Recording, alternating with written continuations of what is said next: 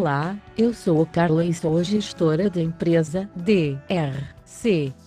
E vou-vos explicar o papel de um gestor.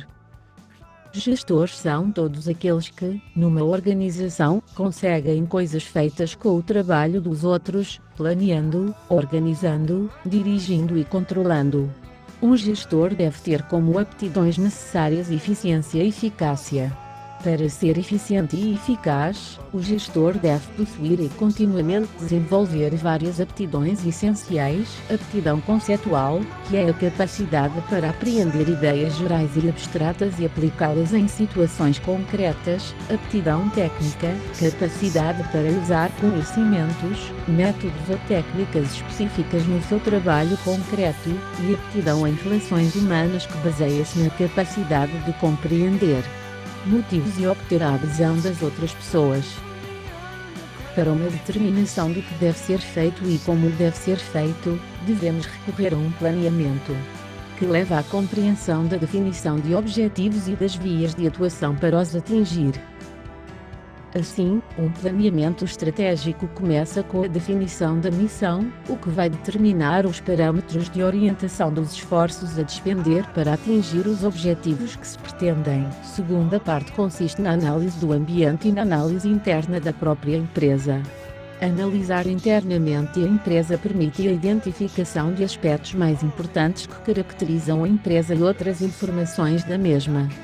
Segue-se a definição de objetivos. Quanto mais específicos forem os objetivos, maior é a precisão e em termos mais definidos pode-se começar a delinear a estratégia. No final, há que formular a estratégia de forma clara e precisa de modo a ser entendida por todos os intervenientes. A formulação da estratégia é a última fase do planeamento estratégico, como podemos observar pelo quadro. Contudo, quando temos uma missão, a organização é algo de extrema importância. Cada subordinado reporta apenas a um superior, com isso espera-se uma melhor coordenação e entendimento do que se espera das pessoas e tende a evitar conflitos. Um outro aspecto muito importante na organização é que a responsabilidade exigida a um membro da organização não pode ser superior à que está implícita no grau de autoridade delegada. Além disso, a autoridade deve passar do gestor de topo até ao último elemento da hierarquia através de uma linha clara e ininterrupta.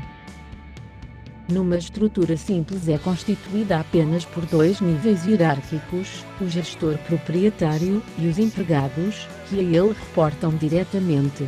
O principal problema é que este tipo de organização funciona com eficiência apenas enquanto a empresa se mantém numa determinada dimensão. À medida que a empresa cresce, torna-se cada vez mais difícil para uma só pessoa exercer o controle sobre toda a empresa. Para combater as insuficiências das estruturas simples, à medida que a empresa cresce, conduzem geralmente à adoção de uma nova estrutura organizacional baseada na divisão do trabalho e delegação de autoridade e responsabilidade a partir das funções clássicas da gestão financeira, produção, comercial, pessoal, etc. Este tipo de estruturas encontram-se fundamentalmente em empresas de dimensão relativamente reduzida ou com uma reduzida gama de produtos ou atividades, e sobretudo em ambientes estáveis. Podemos ter também uma estrutura divisionária, que é a forma de organização assente na divisão de tarefas com base na diversidade de produtos, serviços, mercados ou processos da empresa. Cada divisão tem os seus próprios especialistas funcionais, que estão organizados em departamentos. Os gestores da divisão desempenham um papel fundamental não só na definição dos objetivos da sua divisão, mas também na colaboração que devem prestar para o desempenho de como um todo.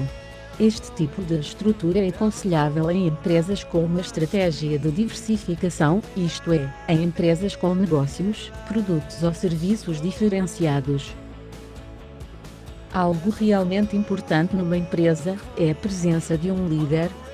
Dentro de uma empresa, um líder tem de estar sempre presente.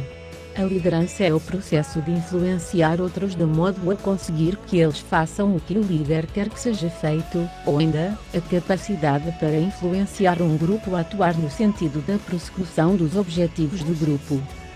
Sendo eu mulher, as mulheres adotam, muitas vezes, um estilo de liderança diferente do que é geralmente adotado pelos homens nas mesmas circunstâncias.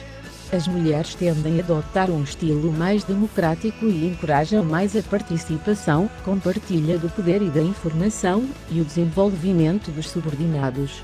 Enquanto os homens têm tendência para usar um estilo de comando e controlo mais apertado, a atuação da mulher líder baseia-se mais no seu carisma, competência, contacto e capacidade de relacionamento para influenciar o comportamento dos subordinados. Em situações em que é importante a capacidade de negociação, as mulheres parecem desempenhar melhor essas tarefas, uma vez que são menos inclinadas a centrar-se demasiado nos ganhos e nas perdas e em competição do que fazem os homens. Em jeito de conclusão, a gestão é uma tarefa muito complexa que não está só vocacionada para o lucro ou para o capital, é uma tarefa realmente importante que precisa de ser compreendida.